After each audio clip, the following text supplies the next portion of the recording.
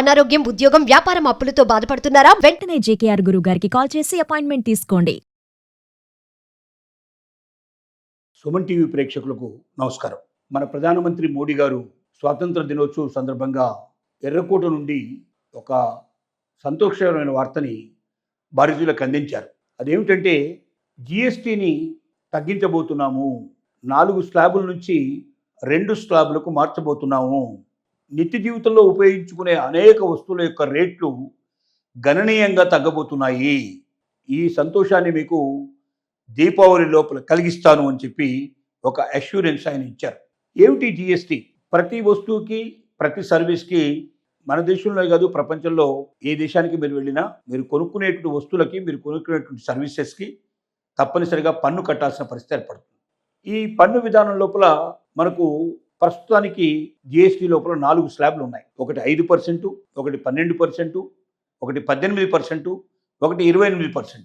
అంటే ఆయా వస్తువుల యొక్క ఉత్పాదకతను బట్టి, మనం ఉపయోగించుకునే దాన్ని బట్టి, సామాన్యులకు అందుబాటులో ఉండేవా, లేకపోతే బాగా లగ్జరీగా ఉండేటువంటి ఐటమ్సా, లేదా ఇంపోర్టెడ్ ఐటమ్సా, లేక ఇండియన్ ఐటమ్సా, లేక దాంట్లోపల వాడేటువంటి ఏదైనా ముడి పదార్థాలు ఇతర దేశాల నుంచి దిగుమతి చేసుకోవాల్సిన పరిస్థితి ఉందా, ఇలాంటి అనేక రకాలైనటువంటి అంశాల మీద ఆధారపడి ఈ 5%, 12%, 18%, 28% అని నిర్ణయిస్తూ వచ్చారు.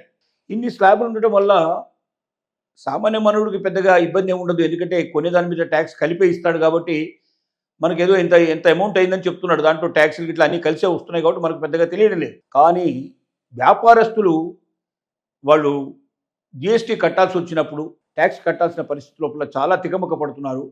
వాళ్ళ వస్తువుల మీద దేని మీద ఎంత ట్యాక్స్ కట్టాల్సి ఉంటుందో మొత్తం అన్నింటినీ విడదీసి 5% వేరే, 12% వేరే, 18% వేరే, 20% వేరే సపరేట్ చేసి కన్ఫ్యూజన్ లేకుండా ఏ మంత్ ఆ మంత్ జిఎస్టీ పే చేసుకుంటూ వెళ్ళాలి. దీంట్లో కూడా కొన్ని కన్ఫ్యూజన్స్ జరుగుతున్నాయి, కొన్ని ఇబ్బందులు వస్తున్నాయి, కొన్నిసార్లు రాంగ్ అవుతున్నాయి, కొన్నిసార్లు పెనాల్టీలు పడుతున్నాయి, కొన్నిసార్లు వాళ్ళు కోర్టులకు వెళ్ళి కూడా వాళ్ళని సస్పెండ్ చేయాల్సిన పరిస్థితి ఏర్పడుతోంది. కొన్ని ఫ్యాక్టరీలను కూడా మూసేసిన సందర్భాలు కూడా ఉన్నాయి జిఎస్టీ లోపల కారణంగా. ఇన్ని ప్రాబ్లమ్స్ ఎదుర్కొంటున్నటువంటి భారతీయులకి ప్రధానమంత్రి గారు ఈ కన్ఫ్యూజన్ అంతా లేకుండా 4 స్లాబుల్ని 2 స్లాబులకు మార్చబోతున్నాము అని ఆయన చెప్పిన మాట ఒకటే కాకుండా, ఇప్పుడు 12% ఉన్నటువంటి దాంట్లో 95%, 12% ఇప్పటిదాకా మనం కడుతున్నటువంటి వస్తువులలో, సేవలలో 95% 5%గా మారబోతున్నాయి. అంటే 7% తగ్గిపోతుంది. 100 రూపాయలకు 7 రూపాయలు, 1000 రూపాయలకు 70 రూపాయలు. ఒకవేళ ఆ వస్తువు 10,000 రూపాయల వస్తువు అయితే సుమారుగా 700 రూపాయలు తగ్గుతున్నట్టు, చాలా పెద్ద మొత్తంలో తగ్గినట్టు లెక్క ఇది. అలాగే 28%లో ఉండేటువంటి వస్తువులలో, సర్వీసులలో 90% అది మరి 18% కిందకు వస్తుంది. అంటే దాదాపుగా 10% తగ్గుతుంది దాంట్లో. అంటే 100కు 10 రూపాయలు, 1000కు 100 రూపాయలు, అది 10,000 రూపాయలు ఉన్నట్టయితే సుమారు 1000 రూపాయలు తేడా వస్తుంది. దీంతో పాటుగా ఇంకొక మాట చెప్పాడు. ఏమిటంటే మరి ప్రాణాంతకమైనవి కానీ, ఆరోగ్యాన్ని పాడు చేసేవి కానీ, సిగరెట్ లాంటివి ఏవైతే ఉన్నాయో, అలాగే కొన్ని మత్తు పదార్థాలు లాంటివి కొన్ని ఉన్నాయో, ముఖ్యంగా ఆన్లైన్ బెట్టింగ్స్ లాంటివి ఏవైతే ఉన్నాయో, ఇలాంటి కొన్ని ప్రజలకు ఇబ్బంది కలిగించేవి, బాధ పెట్టేవి, ఆరోగ్యంతో ఆటలాడుకునేవి, ఇలాంటి వస్తువుల మీద 40% చేయబోతున్నాను. ఇంతకుముందు లేదు ఇది, కొత్తగా ఇది చేసేది 40% తీసుకెళ్తున్నాం అని చెప్పాడు. అలాగే మరొక మాట కూడా చెప్పాడు. శానిటరీ నాప్కిన్స్ ఆడవాళ్ళు ఎక్కువగా ఉపయోగించేటువంటి, ప్రతి వాళ్ళు ఉపయోగించేటువంటి ఈ శానిటరీ నాప్కిన్స్కి 0% ఏ రకమైన ట్యాక్స్ ఉండకుండా ట్యాక్సెస్ నుంచి బయటికి తీసుకొస్తాను. ఇలాంటి కొన్ని వస్తువులు ఎసెన్షియల్గా మహిళలు వాడేటువంటి వస్తువులు కానీ, లేక ఆరోగ్యకరమైనటువంటి విషయాలు కానీ తప్పనిసరిగా అందరికీ అందుబాటులో ఉండాల్సిన కొన్ని విషయాల్లో కొన్ని వస్తువులకు మాత్రం 0% ట్యాక్స్లు కూడా తీసుకొస్తానని చెప్పాడు. అంటే కొన్ని అత్యంతమైనవి, ముఖ్యమైనటువంటి వాటి 0%లో తీసుకురావడమే కాకుండా, కొన్ని మనకు ప్రమాదకరమైనవి, మనకు ఆరోగ్యాలతో ఆడుకునేటువంటివి, మన జీవితానికి బాధ కలిగించేటువంటివి, ఆత్మహత్యల పాలు చేసుకునేటువంటి పరిస్థితులు కూడా ఆన్లైన్ బెట్టింగ్లోకి వెళ్ళి ఎంతోమంది, చాలామంది తమ ప్రాణాలే వదులుకున్న వాళ్ళు ఉన్నారు. అలాంటి ప్రమాదకరమైనటువంటివి ఏవైతే ఉన్నాయో వాటి మీద ట్యాక్స్ 40%కి పెంచేశాడు. దీనివల్లనన్నా వాళ్ళు మానేస్తారు, అంత ఎక్కువ ట్యాక్స్ కట్టలేక ఇబ్బంది పడిపోయి అసలు అది మానేస్తారు, అలాంటి దానికి బోలికి వెళ్లకుండా ఉంటారు అనేటువంటి ఒక నమ్మకంతో వెళ్ళాడు.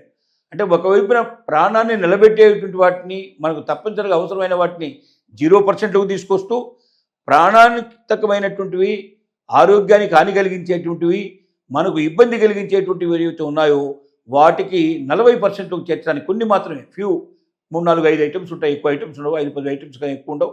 అందులో కానీ ఇందులో కానీ 0%లో జరిగి కూడా 5, 10 ఐటమ్స్ ఉంటాయి. అలాగే 40%లో జరిగి కూడా 5, 10% ఉంటాయి. అంటే ఒక సహేతుకమైన విధానం. జిఎస్టీని 4 రకాలుగా ఇంతకుముందు 4 స్లాబ్ల కింద చెల్లించి కన్ఫ్యూజ్ అవుతున్నటువంటి వ్యాపారస్తులకి ఇది మంచి శుభవార్త. 2 స్లాబ్లలోని చేర్చడం వల్ల కన్ఫ్యూజన్ చాలా తక్కువగా ఉంటుంది. చాలా సులభంగా లెక్కించడానికి వీలు పడుతుంది, సులభంగా డిస్ట్రిబ్యూట్ చేయడానికి వీలు పడుతుంది, సులభంగా ప్రజలకు చేర్చడానికి వీలు పడుతుంది. కాబట్టి ఇలాంటి అనేక రకాల ప్రయోజనాలు కూడినటువంటి జిఎస్టీని అమలు చేయడానికి భారత ప్రభుత్వం ముందుకు వస్తోంది. ఇది చాలామంది మేధావులు ఏమంటున్నారంటే, ఈ 2 స్లాబ్లు పోయి ఒకటే స్లాబ్ కిందకి రావాలి, అప్పుడు ఇంకా బాగా ఉంటుంది అంటున్నారు. కానీ అది చాలా కష్టంతో కూడుకున్న పని. ఎందుకంటే మరి 5%లోనే మొత్తం చేరిస్తేనేమో ప్రభుత్వానికి విపరీతమైన నష్టం వస్తుంది.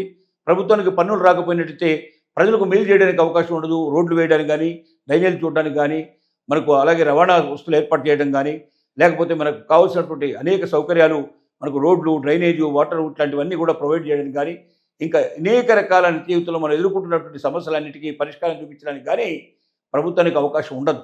కాబట్టి ప్రభుత్వం సుభిక్షంగా ఉండాలి అంటే, ప్రభుత్వం ప్రజల కోసం పాటుపడాలంటే, ప్రభుత్వం ఏమాత్రం కూడా ఆలోచించకుండా ఖర్చు పెట్టడానికి వీలుగా ఉండేటువంటి పన్ను విధానం వస్తేనే, ఆదాయం ప్రభుత్వానికి బాగా వస్తేనే, కేంద్ర రాష్ట్ర ప్రభుత్వాలు పటిష్టంగా ఉంటేనే చక్కగా ఖర్చు పెట్టగలుగుతాయి. ప్రజల పురోగతి కోసం, ప్రజల అభివృద్ధి కోసం పాటుపడగలుగుతాయి. అదే ఆర్థికంగా చిక్కిపోయినటువంటి ఏ ప్రభుత్వం అయినా సరే ఎక్కువ రోజు మనదాలనే పరిస్థితి ఉంటుంది. అక్కడ ఉండే ప్రజలందరూ కూడా తిరుగుబాటు వచ్చే అవకాశాలు ఉంటాయి. కాబట్టి భారత ప్రభుత్వం తీసుకున్న నిర్ణయం చాలా గొప్ప నిర్ణయం. ఈ నిర్ణయం వల్ల ముందుగా 4 స్లాబ్లు 2 స్లాబ్లుగా చేస్తున్నారు.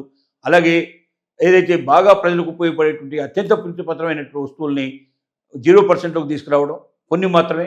అలాగే కొన్ని వస్తువుల్ని 40%కు తీసుకెళ్ళడం, ఆరోగ్యానికి హానికరమైనటువంటివి, మనకు జీవితాల్ని బాధ పెట్టేటువంటి, నాశనం చేసేటువంటివి, చెడు వైపు దారి తీసేటువంటి ఉండేటువంటి ఆలోచన ఉండేటువంటి వాటిని 40% తీసుకెళ్ళడం అనేది అది ఫ్యూ ఐటమ్స్. ఓన్లీ 5 నుంచి 10 ఐటమ్స్ ఉంటాయి.